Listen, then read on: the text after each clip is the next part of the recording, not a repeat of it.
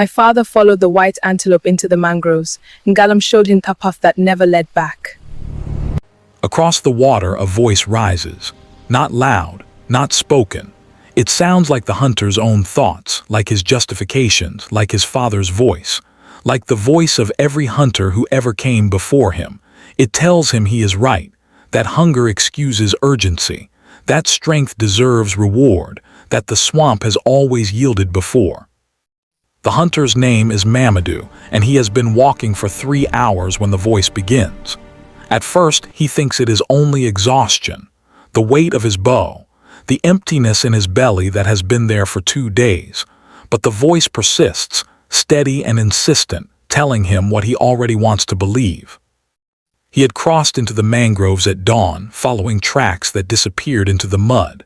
His village is hungry. The rains came late this year and the harvest was poor. When he saw the white antelope at the edge of the water, he did not think of omens or warnings. He thought only of meat, of the children with hollow eyes, of his own daughter who cries at night from hunger. So he followed, and the voice followed him, rising across the water like mist. The swamp does not argue, the swamp waits. It has always waited, it has all the time in the world. The mangroves grow thicker around him. The roots rise like walls, forming corridors that twist and turn. Mamadou moves deeper, always deeper, the white flash of the antelope just ahead. He does not notice when the paths behind him close. He does not see the red cloth tied to the branches. He does not hear the soft clacking of cowrie shells in the still air. The water beneath his feet changes color, brown to black to something he cannot name. The air becomes heavy, thick with salt and silence and age. Still he walks. Still the voice tells him he is right. The old women in the village tell the children that in the thick silence of the Sine-Saloum mangroves, where the roots intertwine like ancient veins, the ancients whisper the name of a spirit no one has ever seen clearly. Ngalam, keeper of the margats, guardian of the boundary between intention and consequence. But Mamadou is not in the village listening to old women. He is here, in the place where the stories are born. He is walking the paths that do not appear on any map. He is crossing boundaries he cannot see. Some say it wears a mask carved from sacred wood that does not burn. Others swear it has no fixed shape at all, that it slides like water, that it appears as a shadow, that it disappears like the tide. Mamadou stops suddenly. The antelope is gone. In the clearing ahead something moves, not walking, not floating, moving like water poured from one vessel to another, taking shape slowly, becoming solid. A figure stands before him now, tall, wearing a mask carved from wood so old it might be stone. The grain runs deep, following patterns that hurt to look at too closely, patterns that seem to shift when he blinks. But everyone agrees on one thing. When a child gets lost in the mangroves, Ngalam comes. It gently strikes the wet ground with a staff decorated in cowrie shells, and the water opens slowly, revealing a path between the mangroves. The traveler finds the exit, and behind them the swamp closes as if nothing had ever existed. Mamadou is not a child. He is a man with a bow and arrows and hunger that has driven him past the boundary markers. He is not lost. He is hunting. But even as he thinks this, he knows it is not entirely true. He is lost. He has been lost since the moment he saw the white antelope and chose to follow. But if someone enters with anger in their heart, if their steps are guided by violence, by greed, if they cross the boundary markers marked with red cloth and cowries, Ngalam shows them a different path.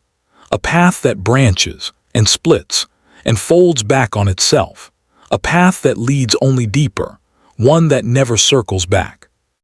Mamadou tries to step backward. His foot sinks into mud that was not there before. He pulls it free, breathing hard. He looks around the clearing and sees that every direction looks the same. The mangroves have formed a circle around him, perfect and complete. There is no gap, no opening, no way out. "Please," he says. His voice is small in the vastness of the silence.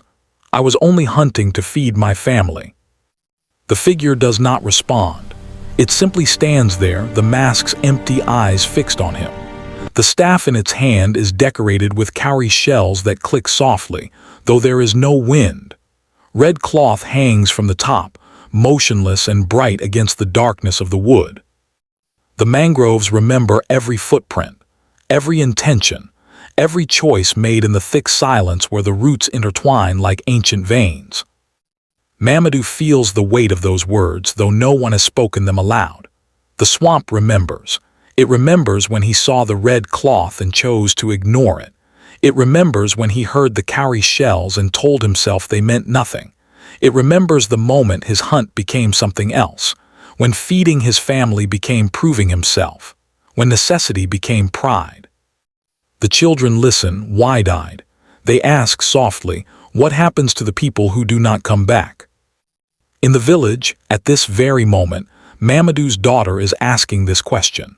She is sitting with the other children around the fire as the old women tell the stories. She is thinking of her father, who left at dawn and has not returned. She is remembering how he kissed her forehead and promised her meat for dinner. The old women do not answer immediately. They look toward the mangroves, toward the still water, toward the place where paths sometimes open and sometimes do not. They are still walking, the women finally say. They are still choosing. In the clearing, Mamadou understands. This is not an ending. This is a choice. The figure before him is not a monster or a demon. It is a mirror. It is a question. It is a moment stretched thin where he must decide who he truly is and why he truly came. The swamp is patient. It gives everyone time to understand what they truly came there seeking. And when they finally understand, when they see their own reflection in the water clearly, then the swamp decides. Mamadou looks down. The black water at his feet has become still, perfectly still, like polished glass. In its surface he sees his own face, but behind it he sees more. He sees his father who died hungry because he was too proud to accept help from neighbors. He sees himself as a boy, watching his father refuse charity and wear his suffering like a badge of honor. He sees the pattern repeating, the pride disguised as provision, the anger disguised as love. He sees what he truly came seeking, not food, but proof that he is not like his father, proof that he can succeed where his father failed, proof that his pride is justified. And seeing this, seeing himself clearly for the first time, Mamadou begins to weep. The tears fall into the black water, creating ripples that spread outward in perfect circles. The figure with the mask watches, waits. The cowrie shells click softly, a rhythm like breathing, like heartbeat, like the passage of time measured in choices made and choices unmade. I understand, Mamadou whispers. I understand now. The figure raises its staff and strikes the wet ground. Once. The sound echoes across the water, across the miles of mangroves, across the distance to the village where his daughter waits. Twice. The mangroves begin to shift, their roots moving like living things. 3 times. A path appears, narrow and winding, but clear. Some it releases, some it keeps, some it transforms. Into warnings, into stories, into whispers that drift across the water, guiding the next person who approaches the boundary with violence in their heart. Mamadou is released, but he is also transformed. He walks the path that opens before him, and with each step he feels the weight of pride lifting. The voice that sounded like his father grows quiet. The justifications fade. By the time he emerges from the mangroves, the sun is setting, and he is a different man than the one who entered. His daughter runs to him, crying with relief. The old women nod, knowing without being told where he has been. The other hunters look at him and see something in his eyes that makes them uneasy. A knowledge, a warning. That night, Mamadou sits with the children around the fire.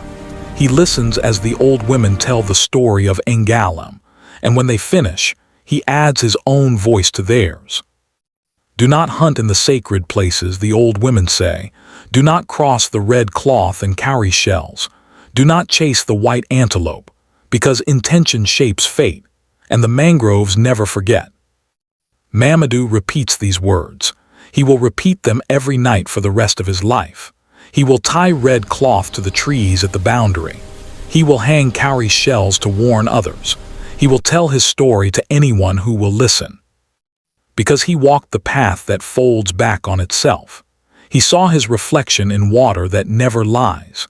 He heard the voice across the water that sounds like justification, but is really judgment. And he was given what some who enter the mangroves never receive. Understanding, choice, release. The swamp is patient. It has all the time in the world. It waits for each person to see themselves clearly, and then it decides. The fire burns low. The children's eyes are wide. Mamadou's daughter holds his hand tight, grateful that her father is one of the ones who came back, who was released, who was transformed into a warning, a story, a whisper that drifts across the water.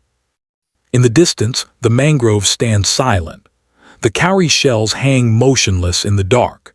Sine-Saloum waits, patient and eternal, for the next person who will cross the boundary with violence in their heart. The next person who will need to choose. The next person who will need to see. Because intention shapes fate, and the mangroves never forget. Never. Don't forget to like, subscribe, and comment for more.